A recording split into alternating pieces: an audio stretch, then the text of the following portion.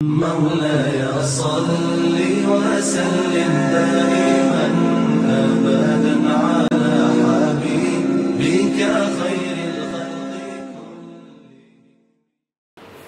Islam tidak mengajarkan manusia menjadi saleh saja, tetapi juga musleh. Saleh artinya baik. Islam tidak pernah mengajarkan manusia hanya baik dengan sendirinya, tidak. Tetapi Islam mengajarkan kepada setiap manusia dirinya baik, juga dia harus menjadikan orang yang di sekitarnya baik pula.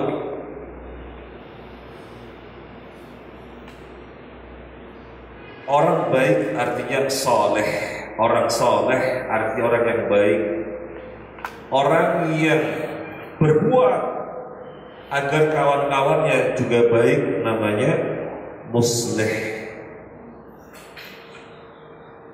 Kalau kita semuanya sudah soleh, alhamdulillah, pujilah Allah. Secara akidah kita tidak ada kesyirikan, alhamdulillah.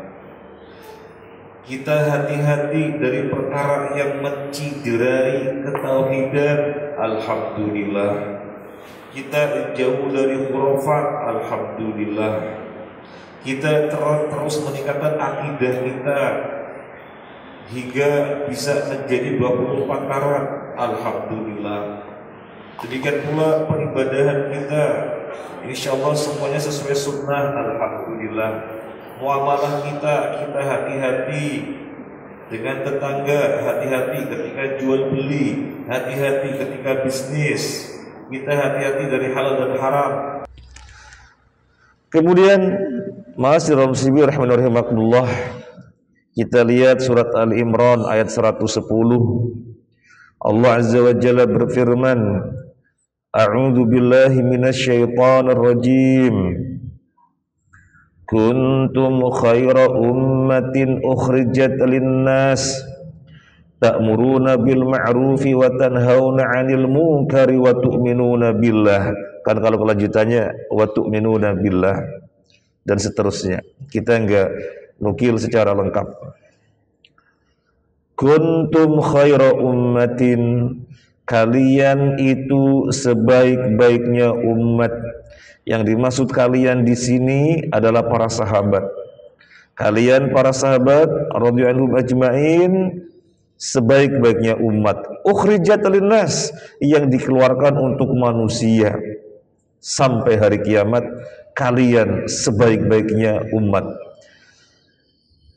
Kenapa Allah nyatakan para sahabat sebagai sebaik-baiknya umat di antara manusia yang ada dan sampai hari kiamat nanti? Ternyata karakter yang disematkan kepada mereka adalah ta'muruna bil ma'rufi wa tanhauna 'anil munkar. Kalian beramar ma'ruf dan kalian bernahi munkar. Oh, rupanya ini karakternya para sahabat. Amar ma'ruf nahi munkar melekat pada mereka. Amar ma'ruf nahi munkar adalah perkara yang menyatu dengan jiwa-jiwa mereka, sehingga setiap saat berdakwah. Rupanya ini yang menjadikan mereka sebagai sebaik-baiknya umat. Kita sedikit mentadaburi ayat ini. Tadi kita sampaikan, Ibu boleh melihat Qur'annya, biar Ibu lihat persis. Kelanjutan ayat ini adalah wa tu'minuna billah. Kuntum khaira ummatin ukhrijat linnas ta'muruna bil ma'rufi wa tanhauna 'anil munkar wa tu'minuna billah. Kalian adalah sebaik-baiknya umat yang dikeluarkan untuk manusia. Kalian beramar ma'ruf, bernahi munkar, dan beriman kepada Allah. Ada yang janggal apa enggak? Harusnya ibu-ibu bilang ada yang janggal. Lo janggalnya di mana? Kok beriman kepada Allah disebutnya belakangan? Beriman kepada Allah disebutkannya belakangan.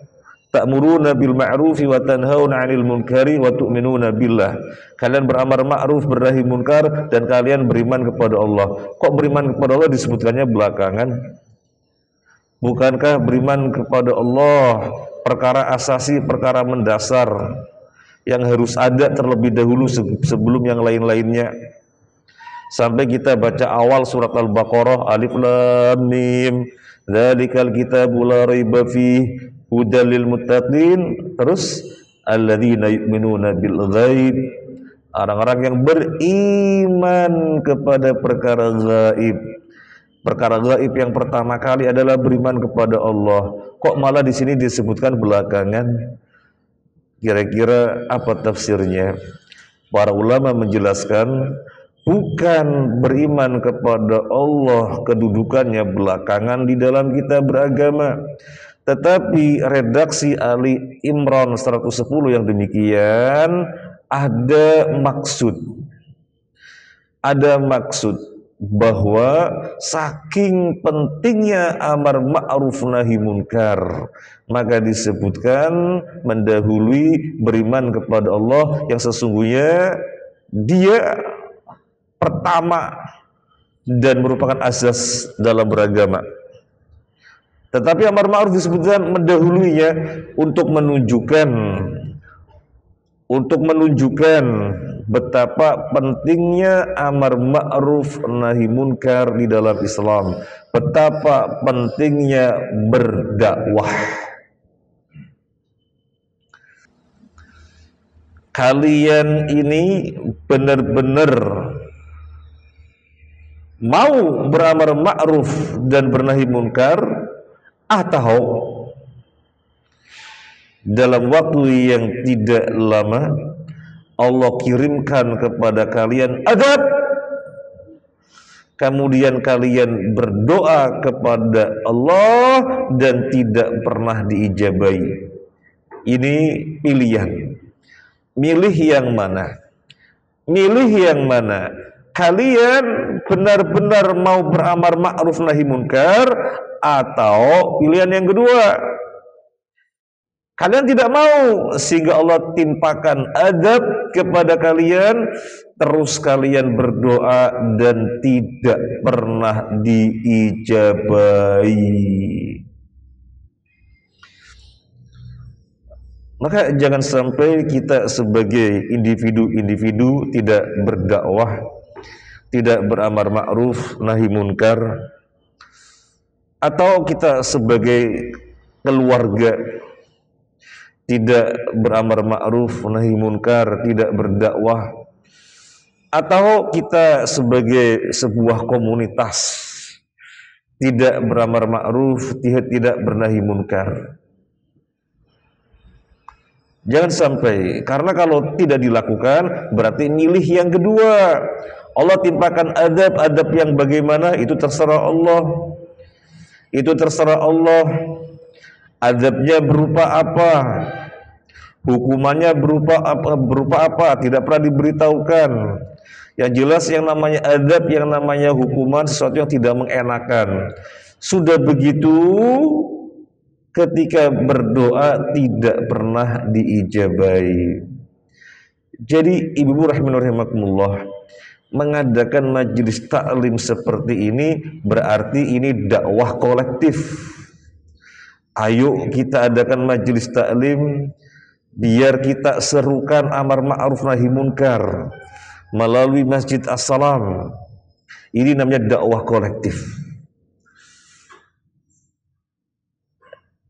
Insya Allah siapa saja yang berada di dalamnya, dalam proyek dakwah kolektif ini, terhindarkan dari ancaman-ancaman adab, juga kalau berdoa lebih diijabahi.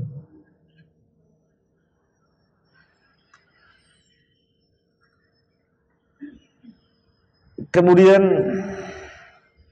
yang berikutnya, kita melihat hadis Abu Bakar As-Siddiq radhiyallahu an.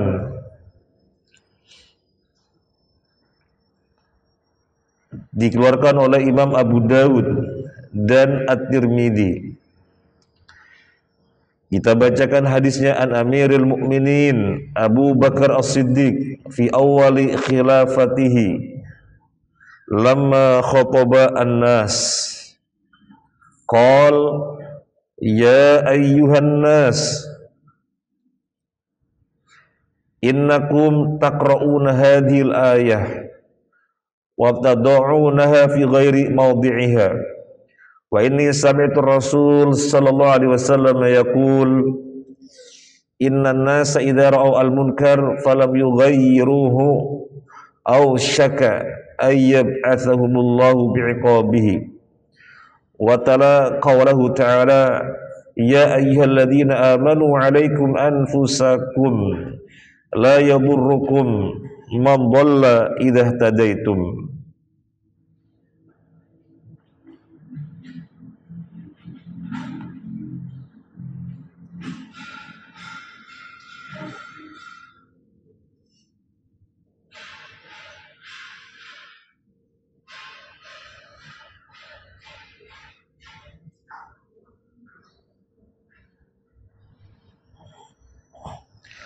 Dari Amirul Mukminin Abu Bakar Siddiq radhiyallahu an di awal khilafahnya, di awal mendapatkan amanah sebagai Amirul Mukminin, beliau berkhutbah di hadapan manusia. Ayyuhan nas, wahai manusia, innakum taqra'una hadhil ayah, kalian membaca ayat ini. Yang dimaksud surat Al-Maidah ayat 104. Kalian membaca ayat ini, tapi kalian menempatkannya tidak pada tempatnya. Wa tad'unaha fi ghairi mawdi'iha. Kalian menempatkan ayat tersebut tidak pada tempatnya. Artinya kalian tidak memahaminya sesuai dengan yang semestinya.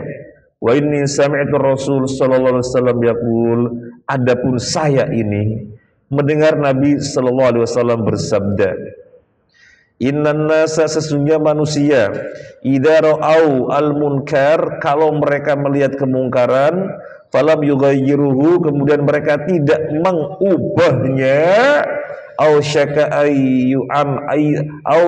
ayyummahumullah bi'iqabi, niscaya Allah akan mengadab mereka secara rata. Allah akan mengadab mereka secara rata, secara menyeluruh, secara umum. Kemudian ayat tersebut dibaca, Al-Maidah ayat 104. Ya ayyuhalladzina amanu 'alaikum anfusakum la yadurrukum man dhalla idza ihtadaitum. Wahai orang-orang yang beriman, atas kalian diri kalian sendiri, karena tidak akan membahayakan kalian siapapun yang tersesat kalau kalian telah mendapatkan hidayah. Itu kan artinya seperti itu. Kalian tidak akan tersesat oleh orang-orang di sekitar kalian kalau kalian mendapatkan hidayah.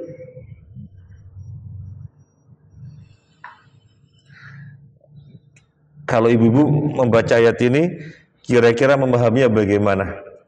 Bisa saja pemahaman kita keliru. Kita ulangi lagi ya Bu ya. Makanya kan Abu Bakar As-Siddiq berkhutbah meluruskan pemahaman yang keliru tentang ayat ini. Kaum muslimin pada keliru memahami ayat ini. Saya ulangi lagi ayatnya. Ya ayyuhalladzina amanu, wahai orang-orang yang beriman, alaikum anfusakum, atas kalian diri kalian. Maksudnya kalian harus menjaga diri kalian sendiri.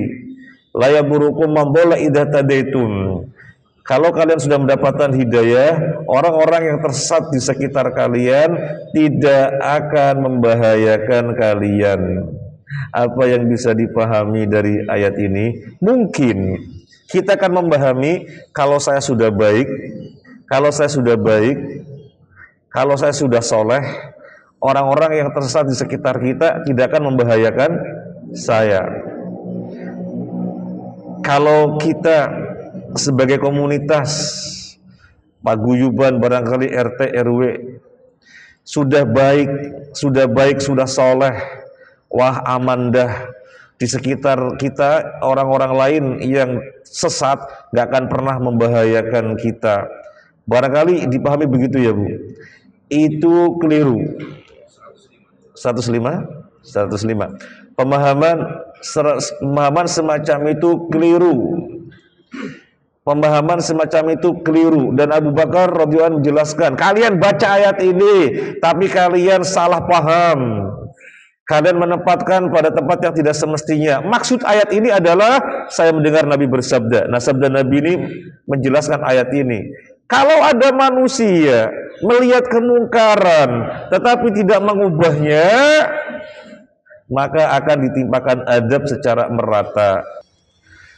Para jamaah rahimani wa rahimakumullah, di dalam berdakwah kita harus melakukan tahapan-tahapannya. Nggak sempat saya sampai tuliskan di slide. Tahapan-tahapannya adalah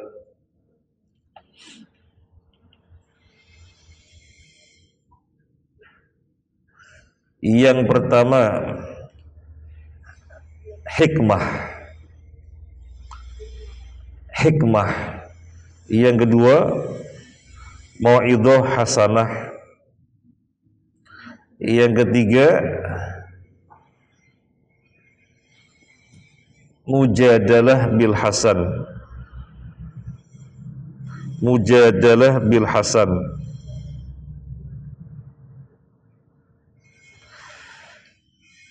Ini berdasarkan surat An-Nahl ayat 125. Ibu lihat coba Bu. Surat An-Nahl ayat 125. Sudah ketemu? Surat 16 ya Bu. Ayat 125. A'udzu billahi minasyaitonir rajim. Ud'u ila sabili rabbika bil hikmati wal mau'izatil hasanah wajadilhum billati hiya ahsan. Inna rabbaka huwa a'lamu biman dhalla an sabilihi wa huwa a'lamu bil muhtadin. Ud'u ila sabili rabbika. Ud'u ila sabili rabbika. Berdakwahlah, ud'u, serulah manusia, artinya berdakwahlah, ila sabili rabbika, kepada jalan Tuhanmu, bukan jalannya setan, bukan jalannya yang lain-lainnya, tapi serulah manusia kepada jalan Tuhanmu. Serulah manusia kepada ketundukan, kepatuhan terhadap syariat-syariat Allah. Caranya bagaimana? Bil hikmati, ini yang pertama, dengan hikmah. Wal mau'izatil hasanati, mau'izah hasanah yang kedua. Wajadilhum billati hiya ahsan, mujadalah dengan cara yang baik. Yang ketiga, berdebat dengan cara yang baik. Apa maksud masing-masing tahapan ini? Yang pertama apa Bu? Hikmah. Hikmah itu maksudnya bagaimana? Hikmah itu menjelaskan. Kalau ibu hafal dalilnya, sampaikan dalilnya. Dalam Al-Qur'annya begini, di dalam hadisnya begini. Itu hikmah. Jadi hikmah itu apa? Menjelaskan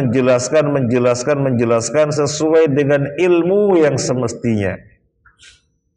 Bukan dengan ilmu yang tidak semestinya, harus dengan ilmu yang semestinya.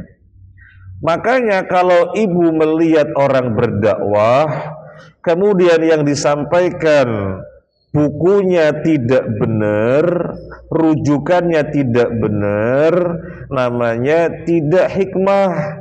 Karena hikmah itu menjelaskan dengan yang semestinya, dalil sesuai dengan yang semestinya. Ada orang berdakwah, kitabnya sudah ditentukan, kapanpun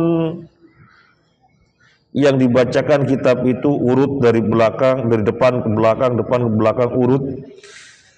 Padahal kitabnya, muatannya, hadis-hadisnya palsu, hurafatnya banyak, seandainya tidak palsu, dhaif, dan jauh dari ilmu. Ini namanya tidak hikmah. Ini namanya tidak hikmah. Jadi menjelaskan, terus menjelaskan sesuai dengan ilmunya. Jangan tidak sesuai dengan ilmu, dengan hawa nafsu, namanya tidak hikmah, karena tidak dengan semestinya. Dan Allah berfirman dalam surat Yusuf, Qul hadhihi sabili ad'u ilallahi ala basiratin ada. Jadi ada kalimat ala basirah. Katakanlah, aku berdakwah kepada Allah ala basiratin, di atas ilmu. Baik. Kemudian pengertian hikmah yang lainnya. Ibu mencatat apa menulis? Ya. Kemudian pengertian hikmah melakukan skala prioritas. Melakukan skala prioritas. Ibu menjumpai orang yang ibu harus mendakwainya. Orang ini enggak sholat, orang ini minum khamr, orang ini gemar pacaran, orang ini bolak-balik ke dukun. Kira-kira ibu menegur sisi pacarannya agar berhenti, apa minum khamrnya agar berhenti? Kesyirikannya terlebih dahulu. Jadi skala prioritas. Skala prioritas, ini hikmah. Ada orang kita deketin, kita ajak sholat, wis pokoknya ngajak sholat terus. Tapi dia masih terus pacaran dan masih terus minum khamr. Orang yang melihatnya, ini Pak Ustadz gimana sih? Ini Pak Kiai gimana sih? Wong setiap hari bareng kok dibiarkan pacaran, dibiarkan minum khamr. Oh, itu orang tidak tahu bahwasanya Pak Ustadznya, Pak Kiainya lagi melakukan skala prioritas. Jadi untuk khamr sama pacarannya tertunda dulu, melihat sikon yang pas. Yang terpenting diajak sholat. Nanti lama-lama ketika sudah menguat, bisa yang lain-lainnya. Makanya Nabi SAW memberikan arahan kepada Mu'adz bin Jabal ketika ke Yaman. Wahai Mu'adz, innaka satati qauman min ahlil kitab, kamu akan mendatangi kaum ahli kitab. Maka pertama yang kamu dakwahkan adalah ajak mereka bersyahadat, mentauhidkan Allah. Kalau mereka sudah menunaikannya, bersyahadat, mentauhidkan Allah, sampaikanlah kepada mereka bahwasanya Allah mewajibkan sholat 5 waktu.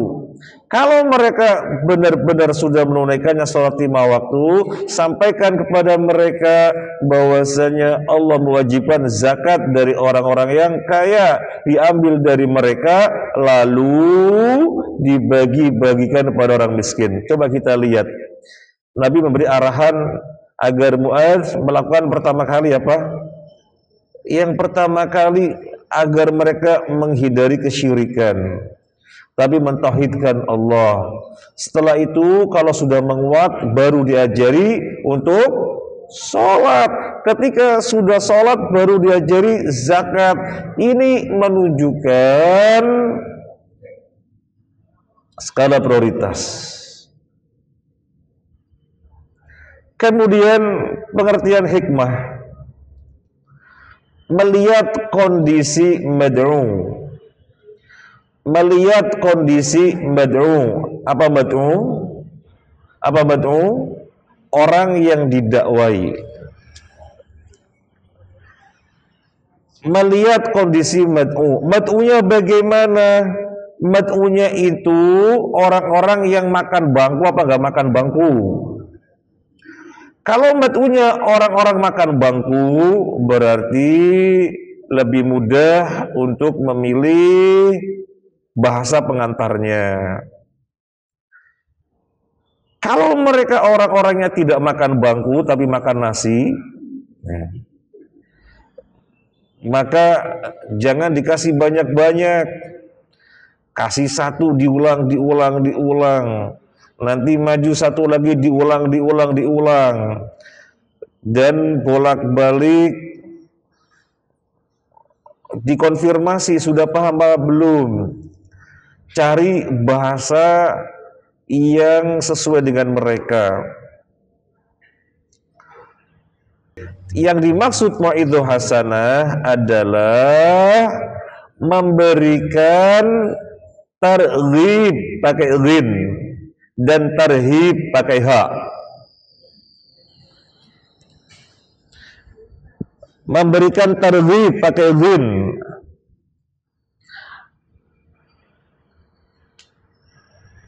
memberikan kabar gembira, dan tarhib pakai ha, nakut-nakutin.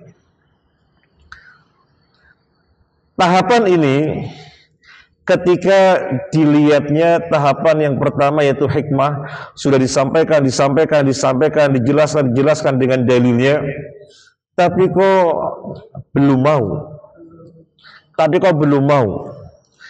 Ibu sudah menyampaikan ke kawan-kawan ibu yang mereka belum mau mengenakan jilbab.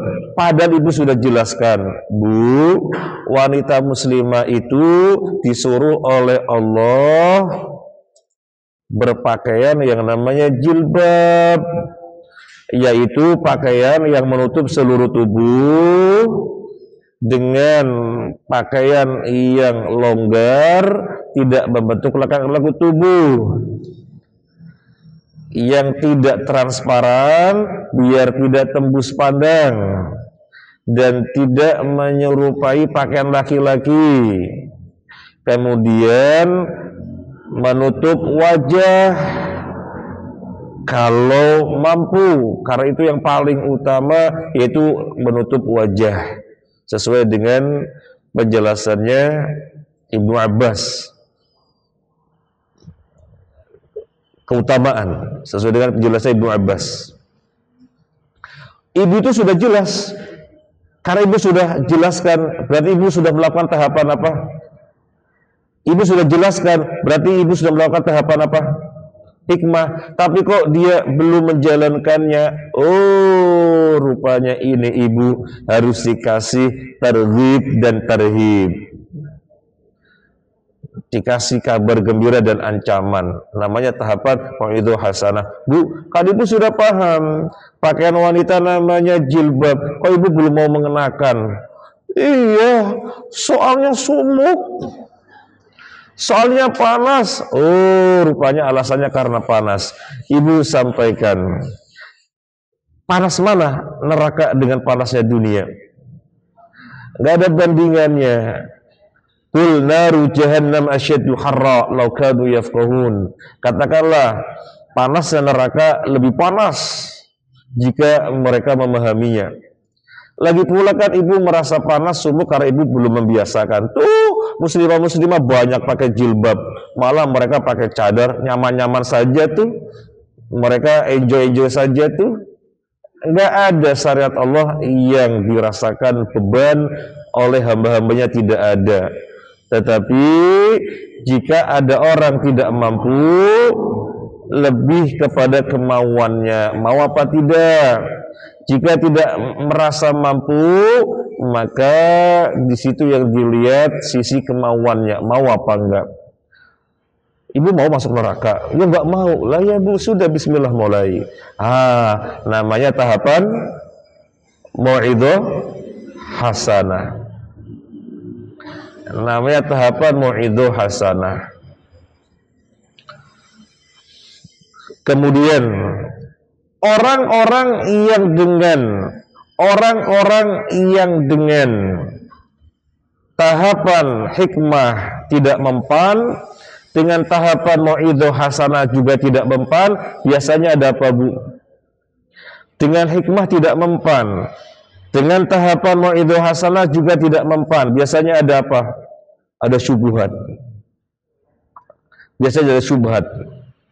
Itu orang kok semuanya muslimah nggak pada pakai jilbab, malah ngata-ngatain orang yang pakai jilbab, apalagi kepada wanita yang pakai cadar, lebih ngata-ngatain lagi. Mereka sebenarnya muslimah yang bagaimana sih? Coba didatangin. Ibu sampaikan hikmah, sudah sampaikan dengan tahapan hikmah, ibu sampaikan dengan tahapan mau'idhah hasanah, ternyata mereka mengatakan, Bu, ibu mau menjelaskan kayak apa? Yuk, kami nggak menerima. Karena kata dosen kami, kata dosennya katanya, itu pakaian tradisi Arab, itu budaya Arab. Nah kita kan orang Indonesia, budayanya juga kebaya. Atau dosen kami mengatakan pakaian bagi wanita itu yang penting yang rapi, yang pantas. Jadi nggak usah lah orang Indonesia kok Arab-Araban sih. Oh ada apa ini? Ada apa di sini? Syubhat. Nah orang yang ada syubhat maka didebat. Wajadilhum billati hiya ahsan. Debat mereka dengan cara yang baik. Ibu berdebat dengan cara yang baik. Berdebat dengan cara yang baik itu yang pertama kali pasang niat yang bagus.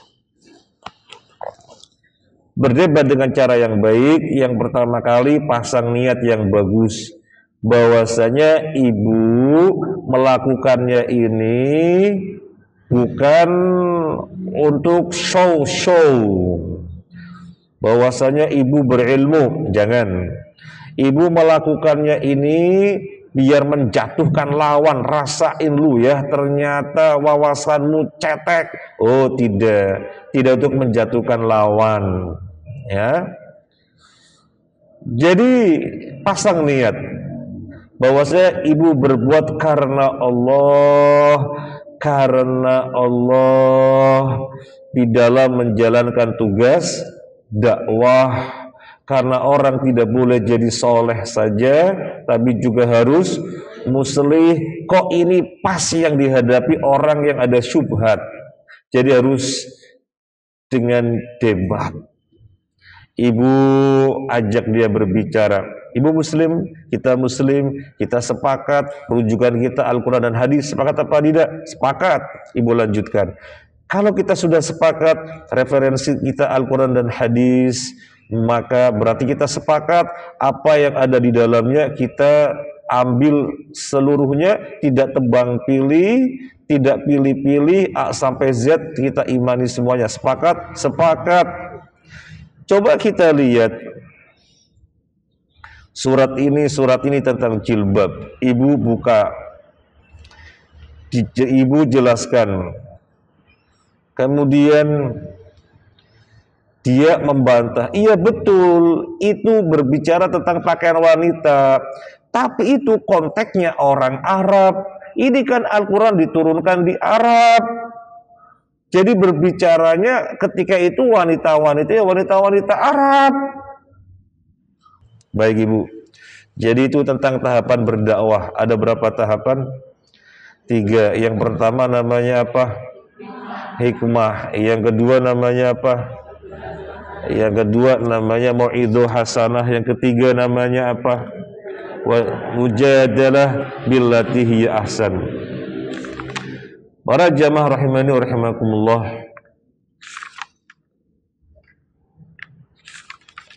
kita berdakwah karena kita harus menjadi muslih, dan muslih itu setelah kita mengupayakan telah jadi saleh. Saya ulangi lagi, kita berdakwah berarti kita muslih. Nah, yang perlu digarisbawahi, menjadi muslih itu setelah kita mengupayakan menjadi saleh. Jadi saleh dan muslih. Boleh enggak sekedar muslih? Wis, yang penting dakwain orang, yang penting amar ma'ruf nahi munkar. Untuk dirinya sendiri enggak mau tahu. Boleh apa tidak? Tidak boleh. Jadi menjadi muslih itu setelah mengupayakan dirinya jadi saleh. Jadi sesungguhnya rumusannya dia muslih berarti telah berupaya saleh. Dia muslih berarti telah berupaya jadi orang saleh. Itu rumusannya begitu. Nggak boleh dia muslih tapi dirinya sendiri nggak mau tahu tuh. Nggak boleh. Makanya biar kita benar-benar muslih setelah mengupayakan jadi orang soleh, kita harus mengetahui informasi dari Nabi Sallallahu Alaihi Wasallam tentang orang yang maunya amar ma'ruf nahi munkar tetapi tidak peduli dengan dirinya. Ngomong riba haram, tapi dirinya tetap riba. Ngomongin orang, awas, hati-hati di dalam bermuamalah. Awas, hati-hati di dalam masalah kedzaliman. Bagus apa tidak? Bagus. Tetapi dirinya berbuat zalim terus, nggak ngurus. Yang penting ada kenikmatan dengan kedzalimannya. Naudzubillah min dzalik. Nah, akan kita bacakan hadisnya Ibu, dan belum kita tampilkan di slide. Hadisnya hadis Bukhari Muslim. Hadisnya hadis Bukhari Muslim dari Usamah bin Zaid radhiyallahu an. Siapa Usamah bin Zaid bin Haritha? Atau begini dulu, siapa Zaid bin Haritha? Bu, siapa Zaid bin Haritha? Ibu, Zaid bin Haritha itu anak angkatnya Nabi. Namanya Zaid bin Haritha. Jadi Nabi punya anak angkat. Loh, Nabi ngadopsi anak? Iya, Nabi ngadopsi anak namanya Zaid bin Harithah. Dan satu-satunya nama sahabat yang ada dalam Al-Quran itu siapa? Zaid. Falamma qada Zaidun wa tara zawwajnakaha likay la yakuna 'alal mu'minina harajun fi azwaj ad'iyaihim idza qadaw minhunna wa tara. Jadi satu-satunya nama sahabat yang ada dalam Al-Quran adalah Zaid. Dia anak angkatnya Nabi. Nah, Zaid punya anak namanya Usamah. Jadi Usamah bin Zaid apanya Nabi? Cucu angkat. Nah, hadis ini dari Usamah bin Zaid bin Harisah. Qal sami'tu Rasulullah sallallahu alaihi wasallam yaqul. Saya mendengar Rasulullah sallallahu alaihi wasallam bersabda, yu'ta birrajuli yaumal qiyamah fayulqa finnar. Ada seseorang pada hari kiamat nanti, dia didatangkan dan dilemparkan ke dalam neraka. Fatandaliku aktabu batnihi fayaduru biha kama yaduru al-himar firraha. Kemudian ususnya meledos, perutnya meledos. Meledos apa meledos? Perutnya Brodol. Nah, ya, perutnya meledos, ususnya berhamburan. Ya, jadi perutnya meledos, ususnya berhamburan, dia mengelilingi seperti keledai yang mengelilingi batu numbuk gandum. Ibu bayangkan keledai bagian belakangnya dikasih kayu, dia keliling, jadi batunya bergerak, bluk, bluk, bluk, bluk, numbuk gandum. Ibu bayangkan keledai bagian belakangnya dipasang kayu, kemudian menggerakkan dua batu yang berbenturan, dua batu yang bertubrukan. Nah, gandum ditaruh di situ, dilindes, bruk, bruk, bruk, keliling terus. Karena zaman ketika itu kan belum ada slab gitu ya. Jadi untuk numbuk gandum ya seperti itu. Nah, orang yang didatangkan pada hari kiamat kemudian dilempar ke dalam neraka, ususnya meletus, perutnya meletus, ususnya semburat, dia berkeliling-keliling seperti keledai giling gandum. Fayajtami'u ilai alunar fayaqulun ya fulan malak. Kemudian penghuni neraka pada melihatnya, dan penghuni neraka pada bertanya-tanya, ada apa dengan kamu? Ada apa orang ini? Alam takun ta'muru bil ma'ruf wa tanha 'anil munkar. Alam takun ta'muru bil ma'ruf wa tanha 'anil munkar. Bukankah kamu ini orang yang beramar ma'ruf nahi munkar? Fayaqulu bala, iya. Dia mengakui bahwasanya dirinya orang yang beramar ma'ruf nahi munkar. Kuntu amuru bil ma'ruf wa la atihi wa nahi 'anil munkar wa atihi. Aku memerintahkan ma'ruf tapi aku melanggarnya. Aku melarang kemungkaran tapi aku melakukannya. Nah, ini hadis sangat menakutkan kita sekali. Kalau sampai kita semangatnya hanya memperbaiki orang lain tanpa mempedulikan diri kita sendiri. Sabar dalam ketaatan. Ini yang pertama. Menuntut ilmu bentuk ketaatan, kita harus mensabarinya. Ini jam berapa? Jam 10. Biasanya televisi ada acara ini dan ini. Mau nonton TV aja. Akhirnya tidak ngaji. Ini namanya tidak mensabari ketaatan. Ketaatan itu harus disabari. Hari ini ada jadwal ngaji, iya. Wah, sebenarnya saya mau ke mall, mau beli ini dan ini. Tak tunda dulu mallnya, bisa lain kali. Karena ngaji kalau sekarang kelewatan, ya nanti kelewatan, nggak bisa diulangi. Waktu ngaji sekarang menjadi terlewatkan, nggak bisa diputar waktu. Akhirnya ke mallnya ditunda. Namanya mensabari ketaatan. Ini jam berapa? Jam 10. Apalagi mendung. Enak sekali duduk-duduk di sofa minum kopi sama pisang goreng. Nah,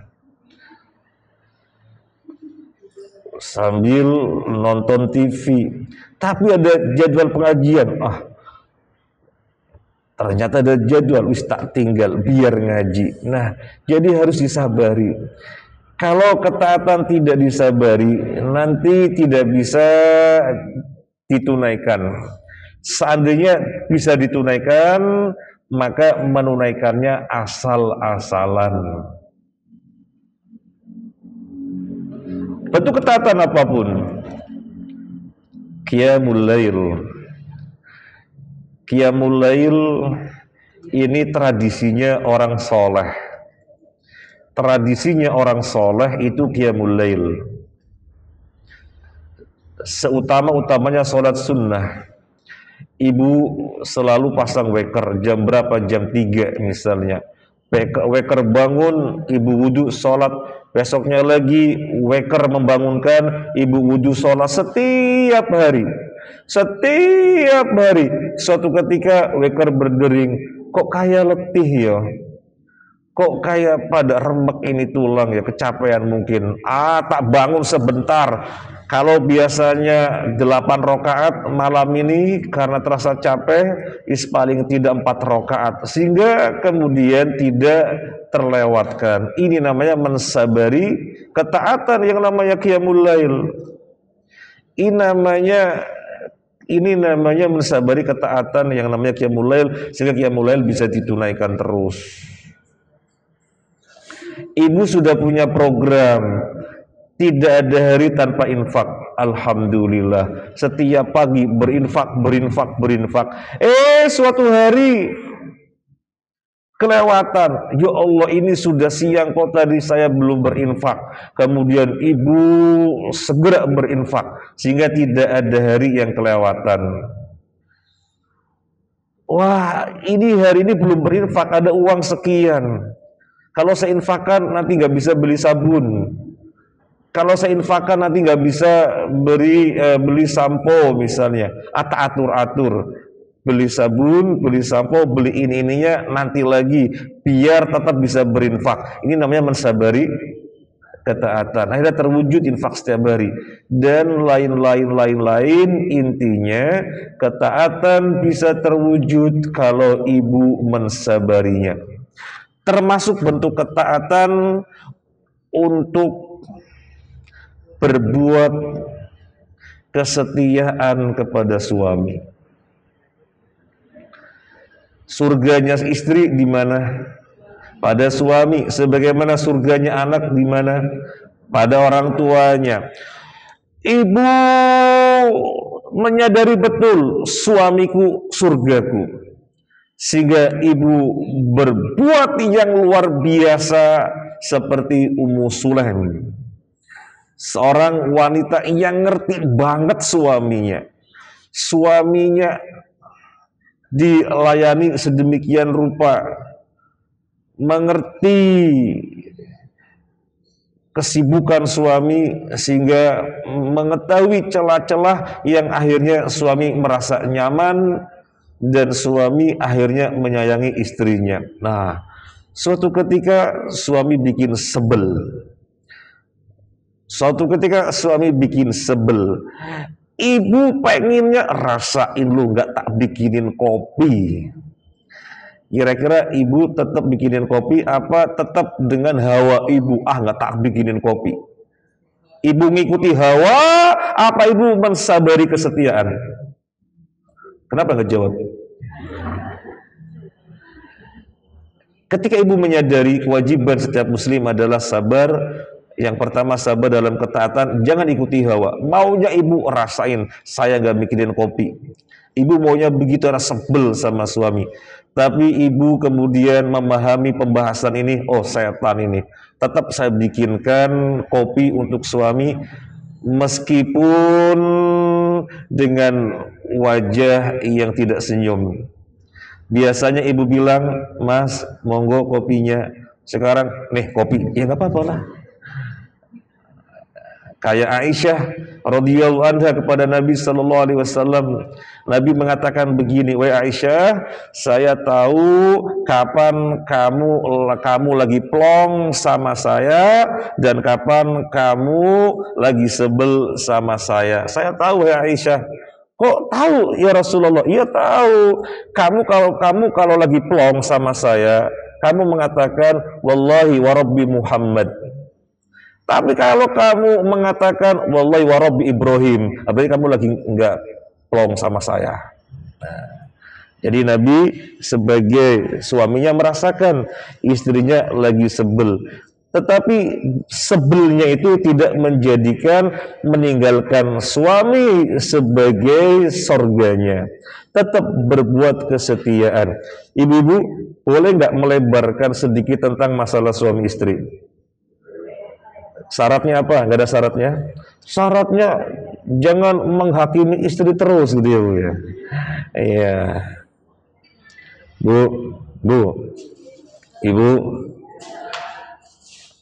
Ibu sudah tahu suami itu surganya istri.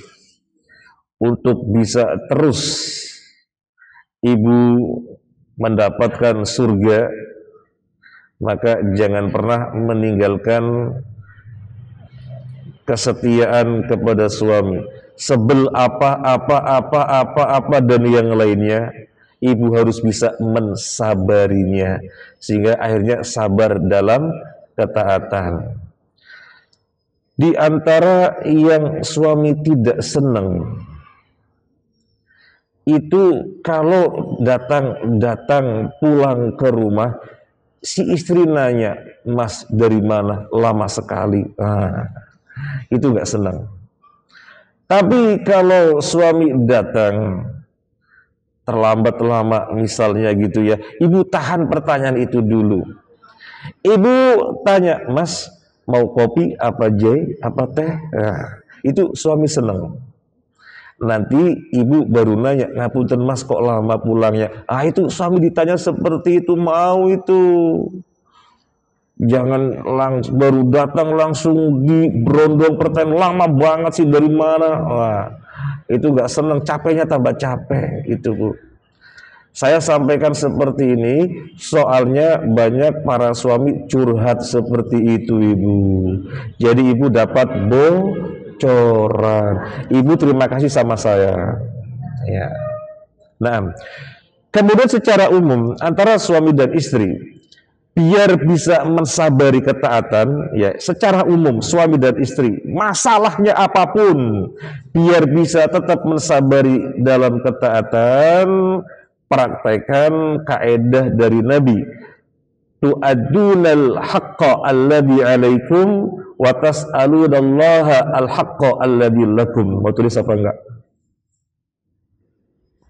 Mau tulis apa enggak? Tulis apa terjemahnya saja?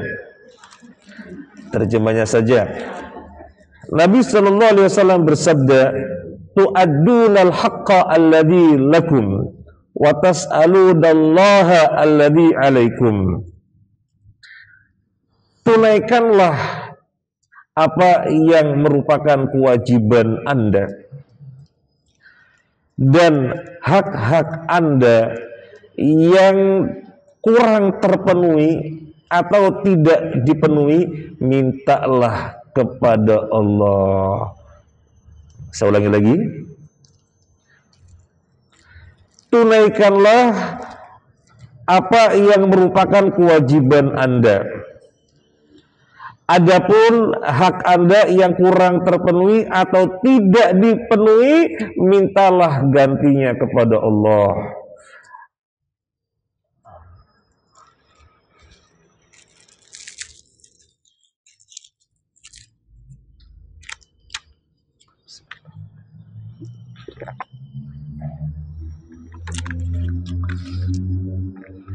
Tu'addunal haqqa alladhi 'alaikum wa tas'alunallaha alladhi lakum. Nah, ibu sebagai istri kewajibannya apa saja? Ibu tahu persis. Karena ibu ahli ngaji, alhamdulillah. Kewajiban istri 1, 2, 3, 4, 5, 6, 7 dan seterusnya. Ibu menjalankannya sebaik-baiknya karena ini kewajiban harus dilakukan. Ibu gerombol nih 7 orang, 8 orang, yang lainnya sudah pada ngaji sehingga bisa menahan diri dari riba. Ada satu kawan belum ngaji karena ini adalah kumpulan reuni, belum ngaji. Dia membicarakan itu kayak nggak ada beratnya, kayak nggak ada beban. Ngomongin si fulanah, ngomongin gini gono, ngomongin. Ibu terpancing. Gimana caranya biar jangan sampai berbuat maksiat hibah seperti dia? Ibu harus mensabarinya. Bagaimana mensabarinya? Ibu bilang kepada dia, stop hibah ini. Tapi dia terus ngomong terus. Ibu tinggalkan. Ngapunten, saya mau ke sana ngambil bakso kalau lagi reuni. Atau ibu alihkan ke tema yang lainnya. biar tidak ada kemaksiatan di situ, biar ibu tidak ikut-ikutan berbuat maksiat. Namanya mensabari diri dari kemaksiatan.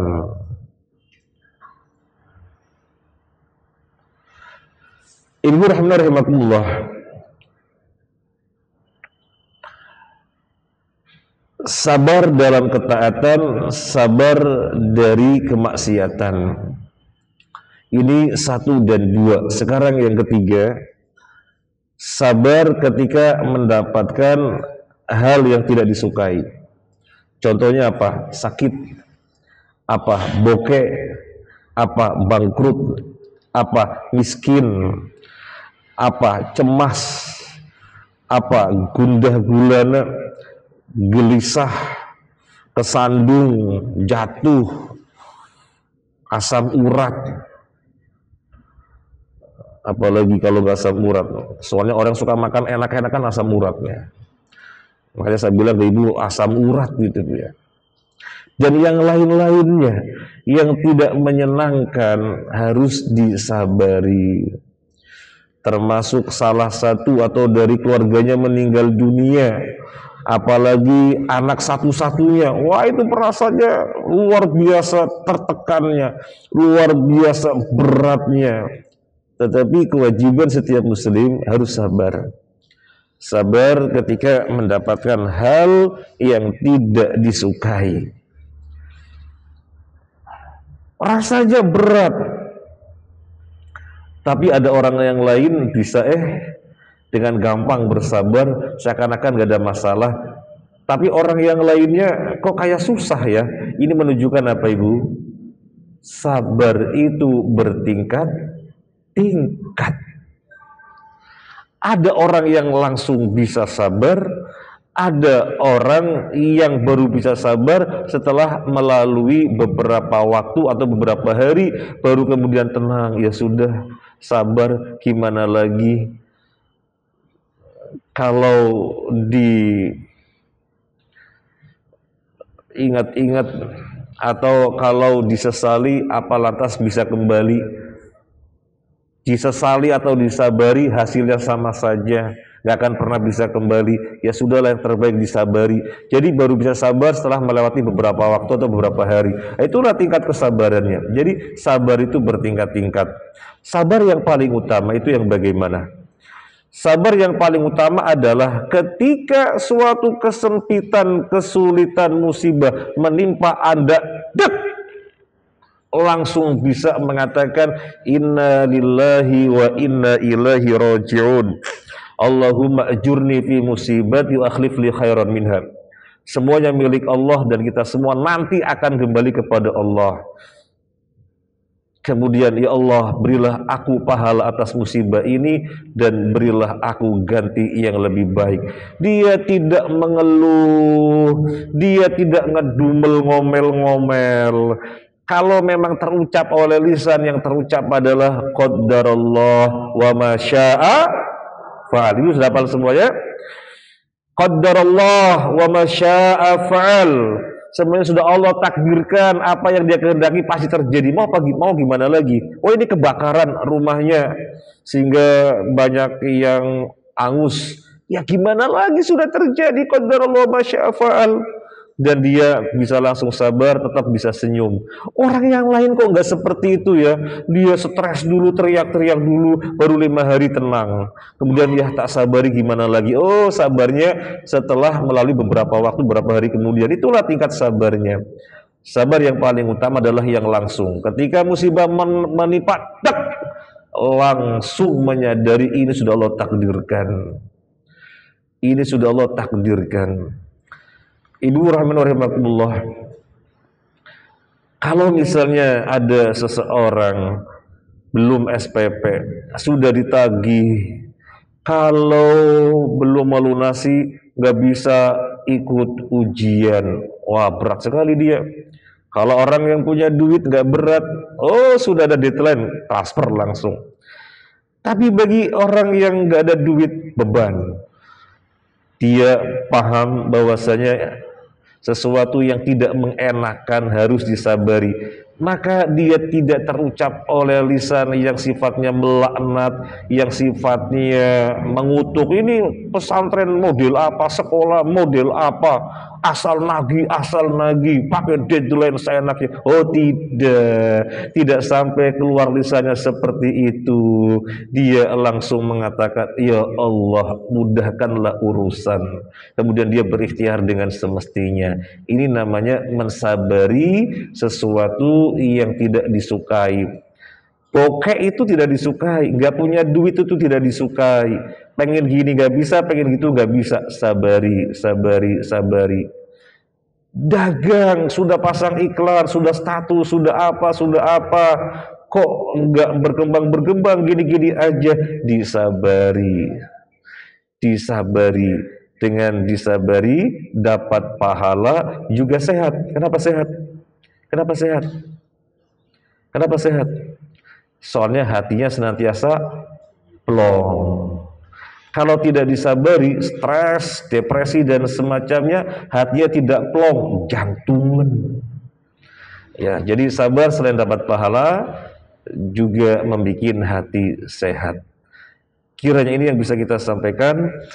Mungkin sebagai penutup, satu hadis potongan akan kita bacakan. Nabi Shallallahu Alaihi Wasallam bersabda, as-salatu nurun, was-sadaqatu burhanun, was-sabru diyaun. Hadis Muslim. As-salatu nurun, salat itu cahaya, akan menerangi kita di dunia. Karena dengan sholat di mana kita mendirikannya, kita terhindarkan dari kekejian dan kemungkaran. Kita pun jalani hidup terang benderang. Jadi sholat nur ketika di dunia, juga nur ketika di alam barzah. Terang kuburan kita insya Allah, dan di akhirat nanti di saat gelap luar biasa, sholat menerangi kita. As-salatu nurun, was-sadaqatu burhanun. Sedekah itu bukti apa? Bukti keimanan kita. Karena manusia bertabiatkan menahan sesuatu yang disuka. Duit, makanan enak itu sesuatu yang disuka. Rasanya kalau dikeluarkan berat, pengennya untuk dirinya sendiri. Saat dia dikeluarkan harus ada ganti dong. Saya keluarin duit, gantinya apa? Saya keluarin makanan, gantinya apa? Karena orang cenderungnya menahan sesuatu yang disukai, tetapi kemudian dia dobrak, enggak, saya harus sodakoh, enggak, saya harus berinfak. Oh, berarti sodakoh bukti keimanannya. Keimanannya menjadikan dia sodakoh, keimanannya menjadikan dia tidak bakhil. Jadi sodakoh burhanun, bukti atas keimanannya. Yang berikutnya wasobru diyaun. Sabar adalah cahaya. Ibu perhatikan, tadi sholat juga cahaya. Sholat disebutkan dengan apa? Nur. Sabar juga cahaya, tapi sabar disebutkan dengan dia. Sholat cahaya disebutkan dengan nur, sabar juga cahaya, tapi disebutkan dengan dia. Sama-sama cahaya, satunya menggunakan nur, satunya dia. Kenapa Nabi membedakan? Nur itu cahaya yang tidak membawa hawa panas. Kalau dia cahaya yang membawa hawa panas. Kenapa demikian? Salat itu cahaya, tetapi tidak ada sesuatu beban di dalamnya. Malah orang kalau menjalani salat semakin enak. Nah, itu cahaya. Nggak ada hawa panas. Tetapi sabar itu hawa panas. Dijalanin rasanya berat. Masa dia mendolimi saya harus berbuat baik kepada dia. Masa dia putus silaturahim, saya terus nyambung, saya harus sabar. Rasanya kok berat. Ya memang membawa hawa panas. Tetapi itu cahaya. Yang terjadi adalah kebaikan dan kebaikan. Tetapi kebaikan ini mengandung sesuatu yang membebani, tapi tentunya pahalanya banyak. Ini Bu yang bisa kita sampaikan. Jadi selesai pembahasan apa yang merupakan kewajiban muslim. Yang pertama berilmu, yang kedua beramal, yang ketiga Berdakwah yang keempat, sabar. Semoga kita semuanya ada pada diri kita 4 perkara ini sehingga kita tidak dikatakan orang yang rugi. Karena Allah berfirman, orang yang rugi adalah orang yang tidak ada tempatnya ini. Wal asri innal insana lafi khusrin. Demi masa sesungguhnya setiap manusia berada dalam kerugian kecuali orang yang ada pada dirinya 4 perkara ini. Terima kasih atas kebersamaannya. Semoga bermanfaat yang kita kaji. Allahumma inna nas'aluka ilman nafi'an wa rizqan wasi'an wa amalan mutaqabbala. Allahumma inna na'udzubika min ilmin la yanfa' wa min qalbin la yahsha' wa min nafsin la tashba' wa min du'ain la yusma'. Dan mohon maaf atas hal-hal yang kurang berkenan dari perilaku dan tutur kata mungkin mohon dimaafkan. Kita tutup. Wassalamualaikum warahmatullahi wabarakatuh. Walhamdulillahirabbil alamin. مولاي صل وسلم دائما أبدا